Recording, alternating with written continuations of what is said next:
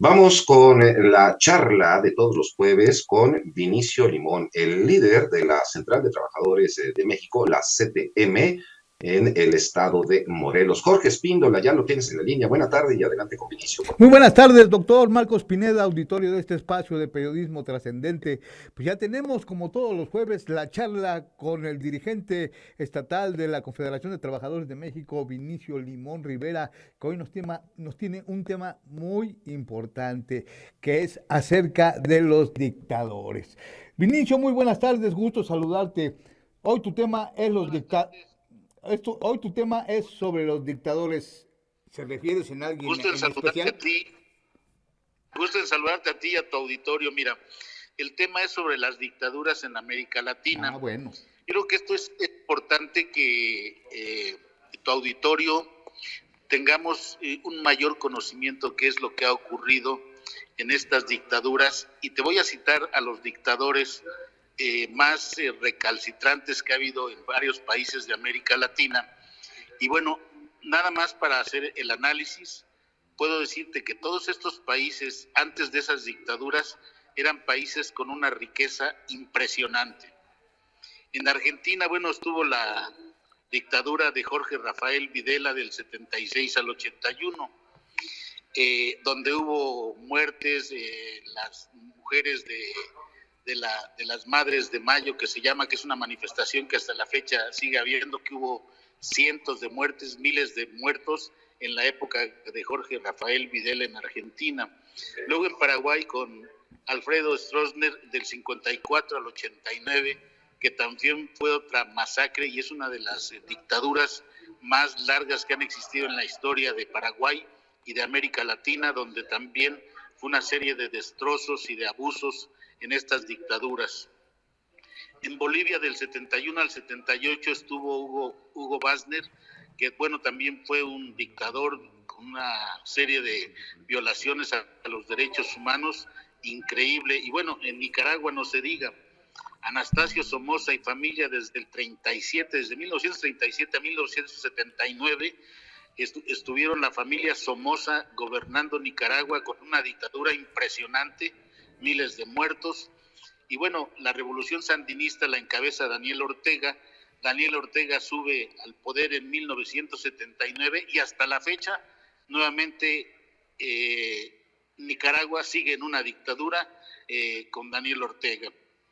Y eso es lo patético de estas situaciones, porque de 1979 a la fecha, Daniel Ortega lo que ha sido es llevar a un caos a un país que ya desde la época de Anastasio Somoza estaba en una situación muy complicada. Y bueno, otro muy famoso, Francois Duvalier, en el 57 al 71 en Haití. Luego, bueno, en Cuba no se diga, Fulgencio Batista del 52 al 59 también fue un dictador. Y luego, bueno, pues ya de Fidel Castro, que lo derroca en la Revolución Cubana, se queda de 1959 al 2008 Fidel Castro. Y luego Raúl Castro igualmente termina los mandatos hasta que toma Mario Díaz Canel nuevamente, Miguel Mario Díaz Canel toma nuevamente el gobierno, siguiendo una dictadura en Cuba, donde Cuba vive una de las pobrezas más extremas que se han vivido en América Latina, y donde en su momento Cuba era una potencia. Antes de Fulgencio Batista era uno de los países más ricos sudamericanos. Y bueno, pues en Guatemala con Carlos Castillo del 54 al 57 no duró mucho, se restableció la república y lo quitaron. Y en Dominicana con Rafael Leónidas Trujillo del 30 al 61. Y bueno, no se diga con Augusto Pinochet, todo el mundo conoce esta historia, del 73 al 90, hasta que finalmente pudieron entrar nuevas democracias y poder el país entrar en otra situación. Y bueno, pues de Venezuela, Venezuela ha tenido varios dictadores. De 1857 a 1935 tuvo un Vicente Gómez Chacón. Luego José Antonio Páez de 1830 a 863 tuvo otro dictador. Y luego, bueno, Hugo Chávez en 1999 al 2013, y del 2013 a la fecha a Maduro. Y bueno, de Panamá recordemos a Manuel Antonio Noriega del 83 al 89, hasta que los gringos los depusieron. Ahora, ¿qué son las dictaduras? imponer modelos políticos en nombre del pueblo, violencia y represión con la prensa y persecución política con los que no están de acuerdo con los gobiernos, censura, desapariciones forzadas, asesinatos a civiles, encarcelamientos a opositores haciéndolos presos políticos, suspensión de garantías individuales que se convierte en un régimen dictatorial, un partido único, constituciones a modo, desaparición de poderes legislativo y judicial a modo, disciplinamiento y control de la población, control de forma de pensar de la población, gobiernos antidemocráticos. Y bueno, son gobiernos que bajo condiciones excepcionales prescinden de una parte mayor o menor del ordenamiento jurídico para ejercer la autoridad en un país. La dictadura es una forma de gobierno en donde una sola persona dirige el gobierno y poseen poder absoluto controlando los tres poderes, el ejecutivo, el legislativo y el judicial. Y los pueblos y los países que no aprenden de la historia están condenados a repetirla. Y México está a un paso de llegar a una dictadura. Estamos a un paso de llegar a una dictadura. Y si los mexicanos no entendemos que todos estos países que he mencionado están en una pobreza extrema, cuando fueron países ricos, recordemos la riqueza de Venezuela, ¿qué hicieron con la riqueza petrolera de Venezuela? ¿Qué hicieron con la riqueza cañera de Cuba? ¿Qué hicieron con la riqueza de Chile, de toda la minería en la época de Pinochet? Recordemos qué hicieron con toda la riqueza ganadera de Argentina estas salvajes dictaduras.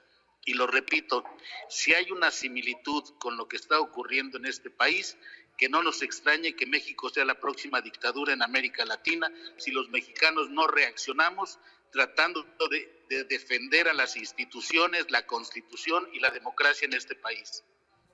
Pues agradecemos mucho, mi querido Benicio Limón Rivera, dirigente estatal de la Confederación de Trabajadores de México. Ya sé por dónde vas.